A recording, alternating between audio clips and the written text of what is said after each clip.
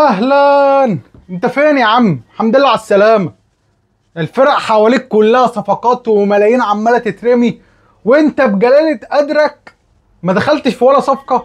الحمد لله على السلامه وربنا انت وحشني. السيتي بيدخل خناقه الصفقات وبيقترب بشده من التعاقد مع الجناح البرازيلي رودريجو مقابل 100 مليون يورو، واقترابه ايضا من ضم الحارس دوناروما. على الجانب الاخر ليفربول لسه برضه شادد على الخامس زي ما هو ومش شايف حد، والناس كلها كانت بتقول ان ليفربول محتاج مدافع، ليفربول محتاج حد جنب فان دايك. فليفربول يفاجئنا يقول لنا لا يا حبيبي انا مش هجيب مدافع بس انا هجيب اتنين.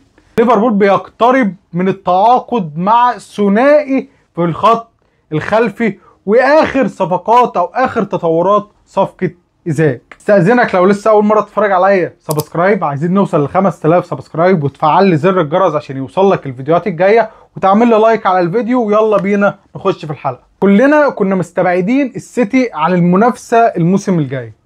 كله قال لك السيتي بعيد، السيتي ممكن يفنش رابع، ممكن يفنش بكبيره هيفنش ثالث، بس ما فيش ولا واحد كان حاطط السيتي في المنافسه. وبصراحه انا واحد من الناس دي. انا قلت ان السيتي بشكل السكواد اللي هو كان داخل بيه الموسم هيبقى بعيد جدا عن المنافسه. عندك فريق زي ليفربول جايب اي صفقه جامده في اوروبا ليفربول جايبها، فجايب صفقات معديه ال 500 مليون يورو لغايه دلوقتي. عندك ارسنال جابت الحلم بتاعها جوكيرس، وعندك تشيلسي بطل العالم فمش هنحتاج نتكلم عليه. حتى مانشستر يونايتد عمل 3 صفقات قويه جدا في الخط الهجومي. فالسيتي على الورق السيتي كان بعيد، على الورق الناس كانت مستبعده ان السيتي يخش في المنافسه. بس بعد اللي بيحصل اليومين دول وبعد الصفقه دي، لا السيتي مع كامل احترام لاي حد انا بقول لكم من دلوقتي اهو، الصفقه دي لو كملت السيتي هيكسب اي حد والسيتي هياخد الدوري. رودريجو لو جه السيتي انسى انسى. هتبقى من وجهه نظري في كل الصفقات اللي اتعملت في البريمير ليج دي من اول الميركاتو، صفقه رودريجو دي هتبقى اهم واقوى صفقه حصلت في كل الصفقات. رودريجو لو دخل الدوري الانجليزي هيقلب الدوري الانجليزي، وبالذات مع جوارديولا. يعني صفقه بصراحه يعني محدش كان متخيلها ومحدش كان متوقعها، وانا بصراحه يعني كنت مستبعد جدا السيتي، بس بعد الصفقه دي لا السيتي يرجع بقوه. فالمهم يعني تطورات الصفقه، جوارديولا طلب من اداره السيتي اللي هم يخلصوا في الجناح رودريجو. السيتي دخل يتكلم مع الريال بيتكلم في 100 مليون، السيتي عايز يوصلها ل 80 85. بس انا بقول لك ان الصفقه بنسبه 90% انتهت للسيتي، لان اللعيب نفسه متشوق جدا وعايز يروح يلعب مع جوارديولا، وجوارديولا متمسك جدا باللاعب. فانا شايف ان الصفقه مفيش شيء يقف قدامها، السيتي معاه فلوس يدفع، والريال مش ممانع اللي هو يبيع رودريجو ما دام هتخش تكيش، انا ما عنديش مانع.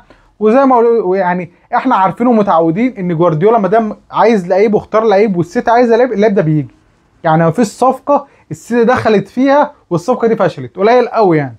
فخلاص جوارديولا عايز اللاعب واللاعب عايز جوارديولا، اعتبر الصفقه خلصانه مخلصه. هل بقى قدوم رودريجو مربوط برحيل لعيبه؟ عندك يعني عندك مثلا سافينيو خلاص بيخلص في توتنهام، الصفقه واقفه شويه، بس برضو يعني رودريجو اول ما يجي هتلاقي سافينيو في توتنهام الصفقه داخله لها تقريبا 70 او 75 مليون.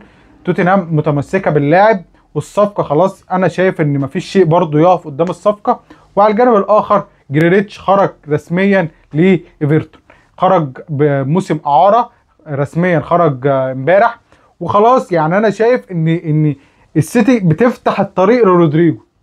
مشينا لك الناس وبنجيب فلوس عشان نعرف نحط ال 100 ال 120، فالطريق بيتفتح لرودريجو. هل ده هيأثر على نجمنا المصري عمر مرموش في الموسم القادم؟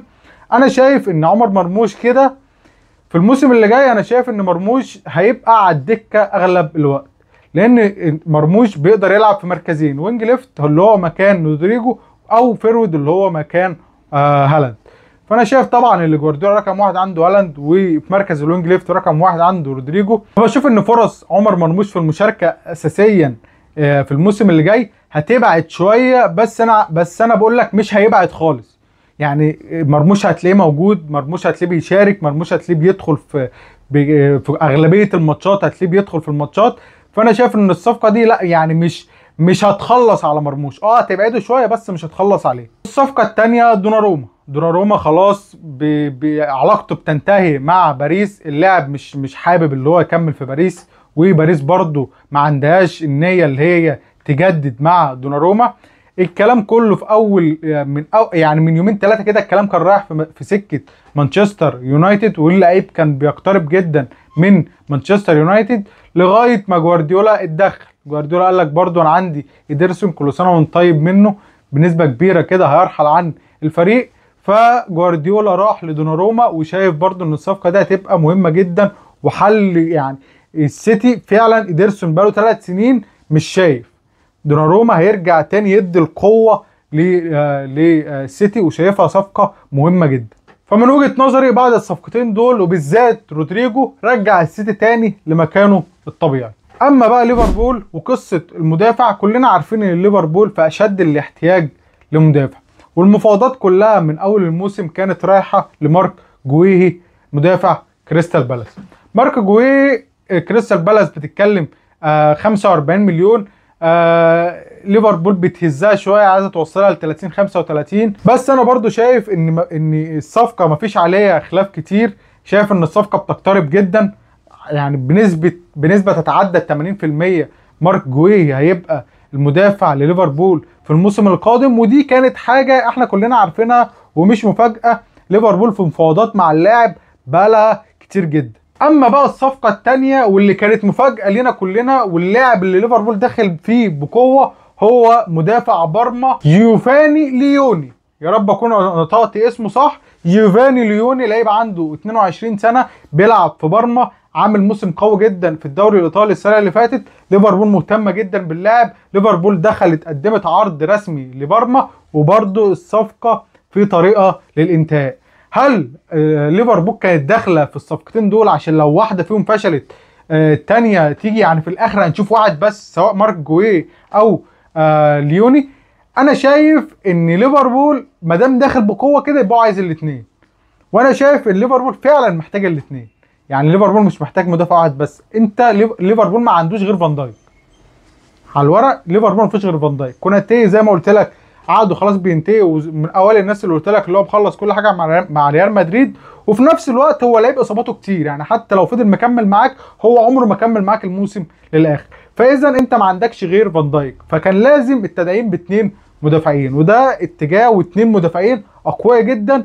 وانا كان بالنسبه لي المركز المدافع كان اهم بكتير من الخناقه اللي انت داخلها في الثلث الهجومي. الثلث الهجومي فيه لعيبه كتير، الثلث الهجومي مليان لعيبه. فانا كنت شايف ان صفقه زي مارك جويه هي اهم بكتير من صفقه زي ايزاك اللي انا جاي لك فيه دلوقتي. يعني انا قلت لو انت بتفاضل بين الاثنين، ولو انت معكش فلوس تخلص في واحد بس، خلص في مركز المدافع احسن ما تخلص في الثلث الهجومي. نيجي بقى لايزاك وموضوع ايزاك اللي كل شويه بنتكلم فيه والموضوع مش راضي يخلص. بس انا بقول لك ان الموضوع خلاص بيقترب جدا من الانتهاء. ايزاك بيقترب جدا جدا اكتر من اي وقت مضى لانهاء كل الامور مع ليفربول. ليفربول دلوقتي بتمتلك السيوله اللي تخش تخلصها. داروين نونيز خرج خلاص رسميا للهلال السعودي في صفقه دخلت في 80 مليون يورو. دياز خرج لبايرن ميونخ في صفقه تعدت ال 75 مليون يورو. فدلوقتي ليفربول وفرت السيوله اللي تخش تحطها في صفقه ايزاك. ايزاك مخلص كل حاجه مع ليفربول مخلص كل حاجه مع ايزاك متمرد مع اداره نيوكاسل وخلاص رافض كل حاجه. قالوا له حتى لو انت عايز تمشي عشان الفلوس نوديك السعوديه، قال لهم انا لا هروح ليفربول لا مش لاعب كوره. هو ايزاك عمل حته شغل دوري مصر، عمل حته وسام ابو علي. ايزاك مخلص كل حاجه مع ليفربول، والصفقه خلاص هي مساله وقت. فدول كان اهم الصفقات كده واهم التحركات اللي حصلت اخر 48 ساعه في ميركاتو البريمير ليج. هستنى برضو توقعاتكم في الكومنتات وتقولوا لي هل رودريجو هيخلي مانشستر يعود تاني للمنافسه ويخلي مانشستر هو المنافس الاول على لقب البريمير ليج في الموسم القادم. ولو انت لسه مكمل معايا لغايه دلوقتي انت كده وصلت لنهايه الحلقه، استنى دعمك بسبسكرايب وتفعل لي زر الجرس وتعمل لايك على الفيديو، وشكرا لك.